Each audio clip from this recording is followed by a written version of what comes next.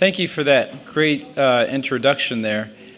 First, let me say thank you for inviting me out. I've only been here for maybe 20 minutes, but I already feel very at home and at ease, so thank you guys very much. I never know when I go out to different places to speak who you're going to see and what type of response you're going to get, but it's very nice. I feel very comfortable to be here, so thank you guys very much.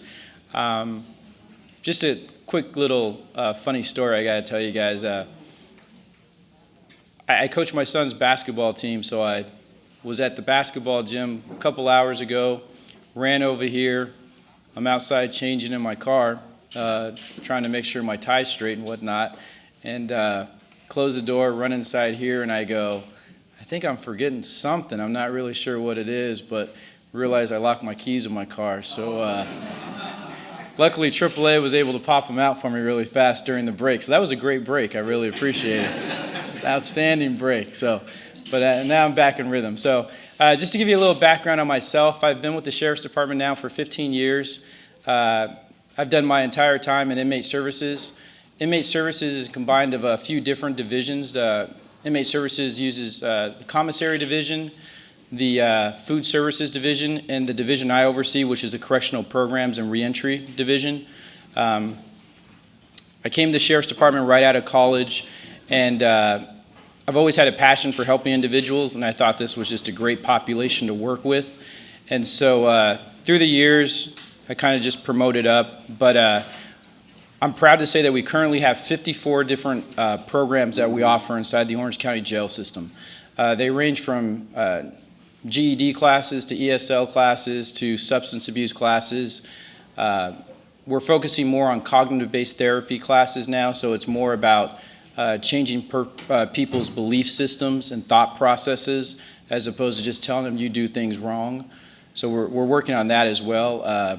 The other thing for us is we kind of changed still trying to change the culture of the Orange County Sheriff's Department. When I first came to the department, to be honest with you, it was more lock up, throw away the key, these guys are bad. Programs are limited. And over the years, recidivism rates continue to increase. Jail population continues to increase. And so what we've had to do is look at the way we do business and say the way that we were doing business probably wasn't the best way to do it. And so we've gone to more of a rehabilitative mode, so to speak. And so that's where we call on our volunteers. We currently have about 1,100 volunteers in our jail system that range from everything from religious groups to tutors for reading and math.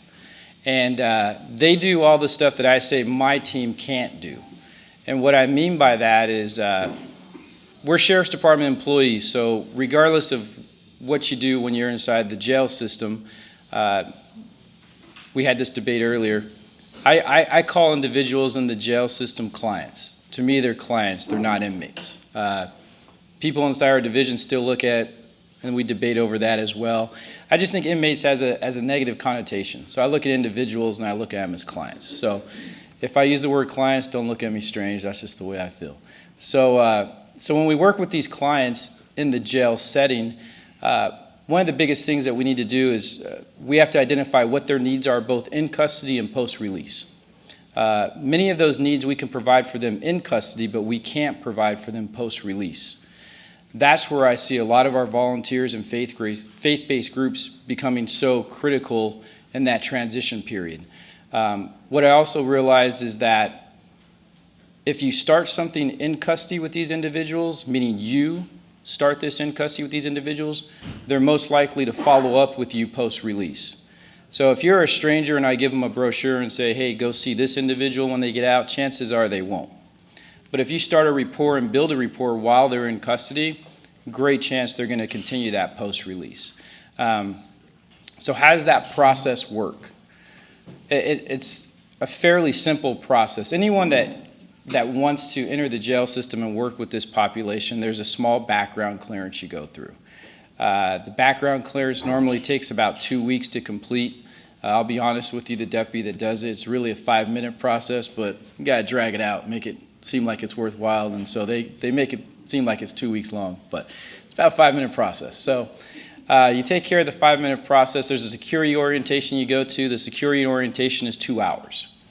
Really tells you the do's and don'ts of what goes on in the jail system, what you can do while you're in, what you can't do while you're in there, religious material that you can pass out, religious material that you can't pass out, things like that.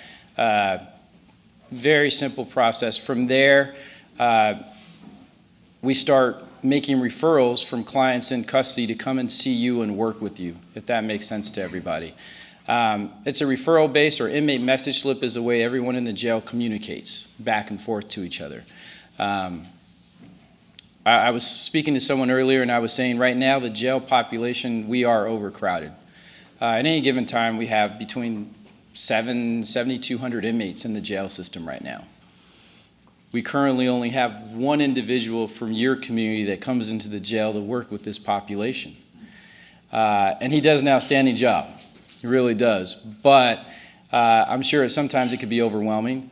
And sometimes he has to get to other jails and work with other clients. And so calling on the rest of you here that may be interested in serving this population would benefit not only us, but it benefits the client and it benefits the community, is what it does. If we're able to link these individuals up with caring individuals before they get released, and then we continue that post-release with whatever their needs are, there's a much greater chance that they won't reoffend. I think our recidivism rate for the state of California right now is about 67%. Sometimes it goes up to about 73%. So that's basically telling, and then people say, well, why is that happening? I think a lot of the individuals in custody don't have a lot of family ties. So their only family ties are to their religious community. And that religious community becomes their family. And then that family then takes them in when they get released. So it's an extended family commitment, and it really helps motivate these individuals to stay out. And so when I came here today, I wanted to make sure everyone understood it's kind of a twofold process. The first part to this is trying to get more individuals from this community to volunteer to assist our clients in custody. With this religious group, I think that there's more in custody than we even know about. A lot of them don't self-identify or identify themselves of this religion because they probably feel like we don't have anyone to service them. It's not like the Catholic group or the Protestant group. We have 500 volunteers from each one of those groups that come in all the time. It's not really a big deal. But I think that I honestly think that the clients in custody feel like they don't have anyone to reach out to, and thus they don't reach out for this assistance.